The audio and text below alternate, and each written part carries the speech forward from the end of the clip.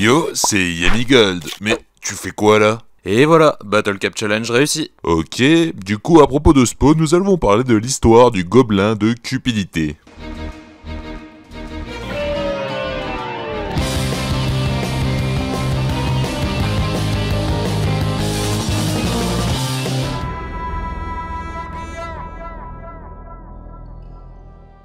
Les gobelins aiment beaucoup vivre en communauté ainsi que partager de bons moments autour de généreux repas festifs. Mais il en existe beaucoup de bien différents comme des boulets ou encore certains petits plaisantins. Mais celui-ci est sans doute le plus cupide, il avait toujours voulu faire fortune et il y était parvenu. Il aimait jeter son argent au sol pour voir les mendiants se baisser pour la ramasser.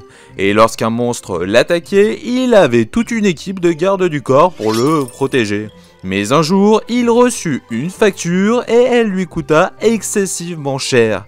Il fit donc ses comptes et la conclusion fut rapide, il était ruiné. Il descendit donc dans sa cave pour voir s'il avait toujours son pot de cupidité qui lui avait apporté assez de chance pour obtenir toute sa fortune. Lorsqu'il tenta de mettre la main dedans, un esprit sortit du pot, alors il fit appel à son amie charmeuse Dark pour le faire partir. Elle mit en place un cercle pour réaliser son art spirituel. Le pot s'envola, une force mystique se mit à tourner autour et il se transforma en avatar. Comprenant que la cérémonie avait été échoué et qu'il ne pourrait plus jamais rien tirer de ce pot, il se résolut à devoir travailler. Il se mit donc à faire du jardinage quand soudain de l'engrais tomba de sa poche et créa plein de petites créatures. Il enverra donc Sniper pour les chasser et reprendra son travail. Mais il éternua d'un grand coup, ce devait être le pollen et cela attira un serpent sinistre. Ayant affreusement peur de ce dernier, il partit en courant. Il se dit donc que le monde du travail n'était sans doute pas fait pour lui. Quand soudain, il croisa une charrette contenant une jarre de cupidité. C'était bien trop tentant pour lui, il la vola. Elle devait appartenir au vieux vendeur. Il se rendit donc dans sa boutique, trouva un pot de cupidité et le piqua discrètement. Il se dit qu'avec ces deux pots, sa fortune allait revenir.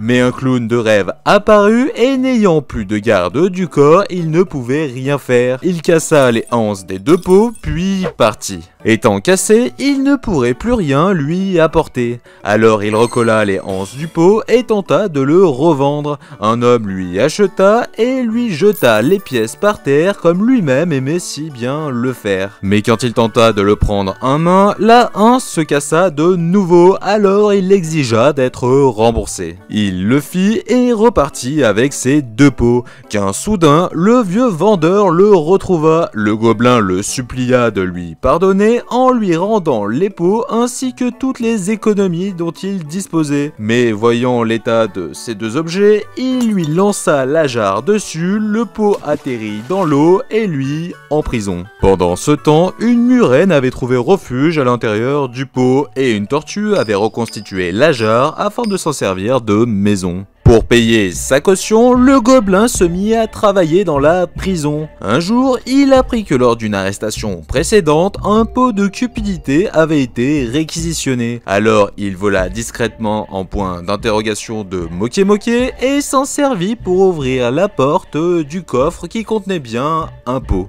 Afin de ne pas se faire griller une nouvelle fois, il s'empressera de le revendre au marché noir et eut assez d'argent pour payer sa caution et sortir. Ce marché noir interne appartenait au tyran qui récupéra donc le pot, mais un jour où il dormait, le clown de rêve en profita pour briser un morceau et s'enfuit. Le tyran était furieux. Au final, ce pot étant cassé, il s'en servit de décoration sur sa machine à sous. Le gobelin tomba un jour par hasard sur cette machine.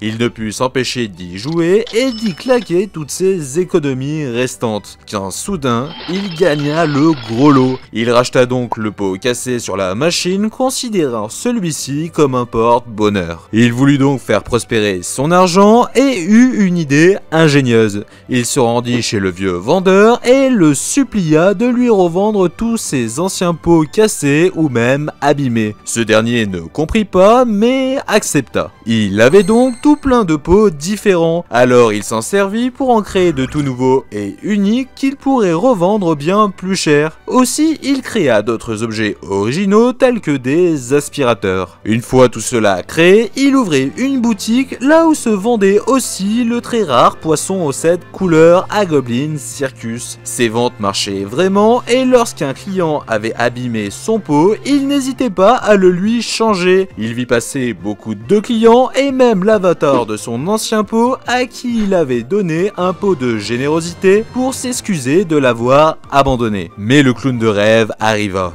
Alors notre gobelin le supplia de ne pas casser ses créations. Le clown lui expliqua qu'il faisait cela pour faire fuir les esprits et qu'il ferait mieux de jouer de cette flûte sur son pot fétiche. Puis il repartit. Alors il joua et un serpent sinistre géant qui était caché dedans sortit. C'était le même qu'au début, il avait dû s'attacher au gobelin, ce qui n'était pas le cas de ce dernier. Plus tard, il arrêtera tout et décidera d'élever son fils afin qu'il ne devienne pas aussi cupide que lui.